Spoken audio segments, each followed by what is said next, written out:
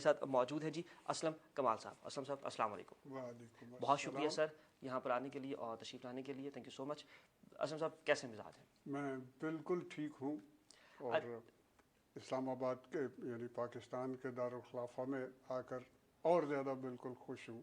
اچھا بغیر کسی انتظار کے یا تعامل کے ہم پہلے ذرا اس تصویر کے حوالے سے بات کریں گے جو مجھے بہت زیادہ انٹرسٹنگ لگی, لیکن میں پھر بھی چاہوں گا کہ آپ اس جو تصویر ہے اس کو تھوڑا ایکسپلین بھی کریں. پروڈیوسر صاحب ہمارے پاس وہ تصویر اگر ہے تو وہ ذرا چلائیے گا, ہم اس تصویر کو دیکھیں. اور اس تصویر کے حوالے سے راجنی بہت دلچسپ بات, اس سے پہلے کہ آپ وہ تصویر دیکھیں, اسلم صاحب کیا کرتے تھے کہ کچھ دن پہلے اسلم صاحب نے کیا کیا جب یہ کشمیر کا ایشو تھا, اسلم صاحب نے یہ تصویر اس تصویر کو پینٹ کیا اور پھر اس کے بعد اس تصویر کو لے کر چوراہوں میں, لاہور میں کسی چوراہے میں کسی خاص جگہ پر کسی بھی مقام کے اوپر وہ تصویر لے کر کھڑے ہو جاتے تھے. اور یہ انوکھا ایک احتجاج تھا کہ زبان جو ہے وہ بند ہے, زبان سے کچھ نہیں بولا جا رہا, ایک تصویر پینٹ کی گئی ہے اور اس کو لے کر آپ جو ہے وہ سڑک کے اوپر کھڑے ہو گئے. یہ اسکرین آپ کی اسکرینز پر چل رہی ہوگی تصویر, اور اس حوالے سے جو وہ نیوز وغیرہ جو ڈسپلے کی گئی وہ نیوز بھی اس کے ساتھ جو ہے وہ منسلک ہے.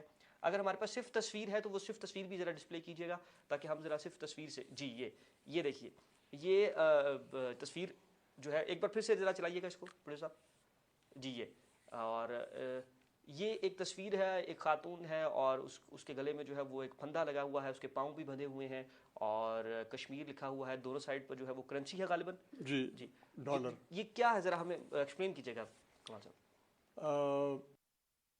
میں جانب برادر اس طرح ہے کہ یہ جو میری تصویر یہ پوسٹر ہے, یعنی پینٹنگ نہیں ہے, یہ پوسٹر ہے, کیونکہ اس کے ذریعے میں احتجاج کروں گا یا احتجاج کرنا چاہ رہا ہوں.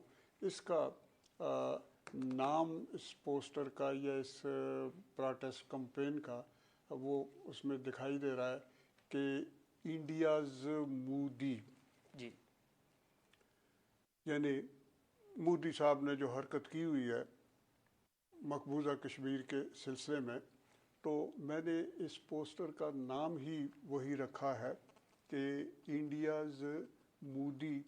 حالانکہ ویسے میں سوچتا ہوں کہ جس مرتبے پہ وہ ہندوستان میں فائز ہے اس میں تو کچھ کرنا چاہیے تھا کہ مودی آف انڈیا, لیکن اس نے یہ حرکت اتنی چھوٹی کی ہے اور اس قدر امن عالم کے لیے اس کو مضر اس نے بنا دیا ہے اور دن بدن وہ بناتا چلا جا رہا ہے. تو میرے لیے اس لیے کہ جو کشمیر ہے پورا اور جو مقبوضہ کشمیر ہے وہ ہمارے حضرت قائد اعظم کے بقول پاکستان کی شار رگ ہے. سو چونکہ اس نے میری شار رگ پہ ہاتھ ڈالا ہے تو میرے پاس اب اس کے لیے کوئی احترام اور اس تقدس کا کوئی جسے کہتے ہیں کہ کوئی ایسا میرے پاس کوئی جذبہ نہیں رہا. تو میں نے اس کو مودی آف انڈیا لکھنے کی بجائے انڈیاز مودی, یعنی کوئی بھی ایرا غیرہ نتھو خیرہ ہندوستان کا مودی, اس لیے کہ اس نے ہماری شارک پہ ہاتھ ڈالا ہوا ہے. تو میں نے اس کو وہ مودی اس طرح سے رکھا ہے اس کا نام, اور یہ پوسٹر کا نام بن گیا ہے. اب یہ ہے کہ اس مودی کا جو سپیلنگ ہے وہ MODI ہے. میں نے اس کو اس کے وہ سنسکرت کا ہے یا کس زبان کا ہے مجھے نہیں پتا اس کا کیا معنی ہے, اور مجھے یقین ہے کہ کوئی اچھا معنی نہیں ہوگا. ہاں, تو اس کے قریب رکھنے کے لیے اس کو میں نے جیسے میں نے اس کو MOODI رکھا ہے, مودی, یعنی انگلش کا لفظ جو موڈ ہے جس کا معنی یہ ہوتا ہے اور اس سے آگے وہی بنتا ہے مودی. وہ مودی جو ہے وہ وائی کے ساتھ ہے جو سپیلنگ مودی کا بنتا ہے. میں نے اس کو اسی مودی تک رکھنے کے لیے MOODI رکھا ہے تاکہ پتہ چلے کہ یہ مودی یہ ہے, مطلب ایک شخص ہے ہندوستان کا. اور اس کے جو معنی ہیں وہ یہی ہوتے ہیں کہ کوئی بلا وجہ ازردہ ہونا, بلا وجہ کوئی ناراض ہونا, بلا وجہ دلگیر ہونا, اداس ہونا,